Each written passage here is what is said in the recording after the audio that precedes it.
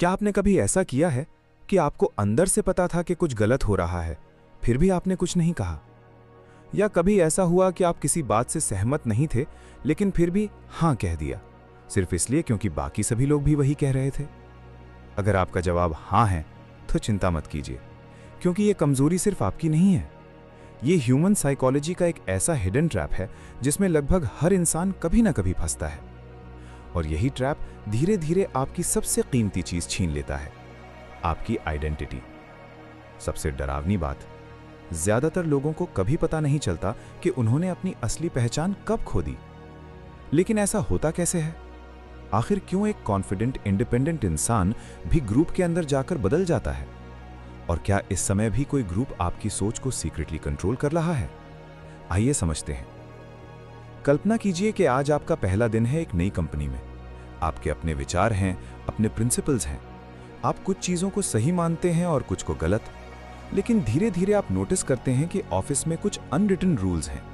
कुछ लोगों की हमेशा तारीफ होती है, कुछ लोगों को हमेशा इग्नोर किया जाता है। कुछ ओपिनियंस को स्मार्ट माना जाता है और कुछ ओपिनियंस बोलने पर लोग आपको अजीब नजरों से देखने लगते हैं। शुरुआत में आपको फर्क पड़ता है, लेकिन कुछ महीनों बाद आप भी वही जोक्स पर हंसने लगते हैं, वही बातें बोलने लगते हैं और शायद वही सोचने भी लगते हैं। अब सवाल है कि आपकी सोच सच में बदल गई या आपने सिर्फ फिट होने के लिए खुद को बदल लिया। यहीं से शुरू होता है साइकोलॉजी का एक पावरफुल कॉन्सेप्ट, कन्फर्मिटी, यानी ग्रुप के हिसाब से खुद को ढाल लेना। और यही वो जगह है जहां ज्यादातर लोग अपनी आइडेंटिटी का पहला हिस्सा खो देते हैं। लेकिन कहानी यहां खत्म नहीं होती। असल में असली खेल अभी शुरू होता है।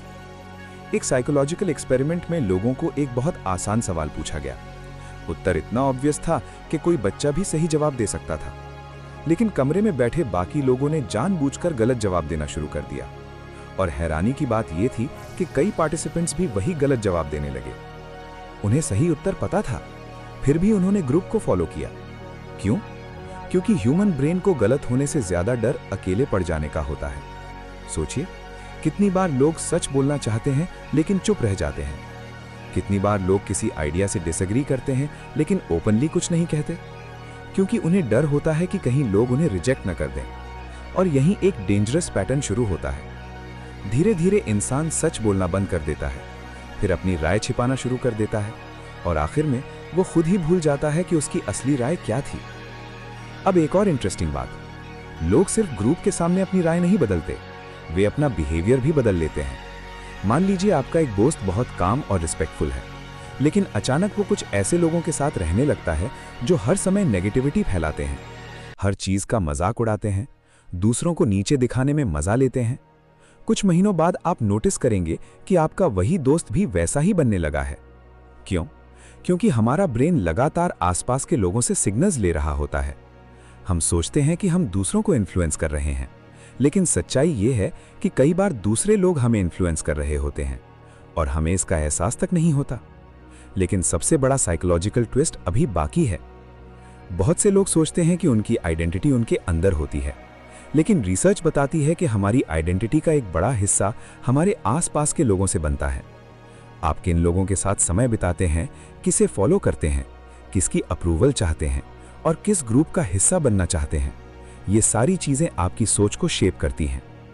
यही कारण है कि कभी-कभी बहुत इंटेलिजेंट लोग भी ऐसे डिसीजंस ले लेते हैं जो बाद में उन्हें खुद समझ नहीं आते, क्योंकि उस समय वे अपने लिए नहीं सोच रहे होते, वे ग्रुप के लिए सोच रहे होते हैं। और यही सबसे खतरनाक स्टेज है, जब ग्रुप की आइडेंटिटी आपकी पर्सनल आइडेंटिटी से बड़ी हो जाती है।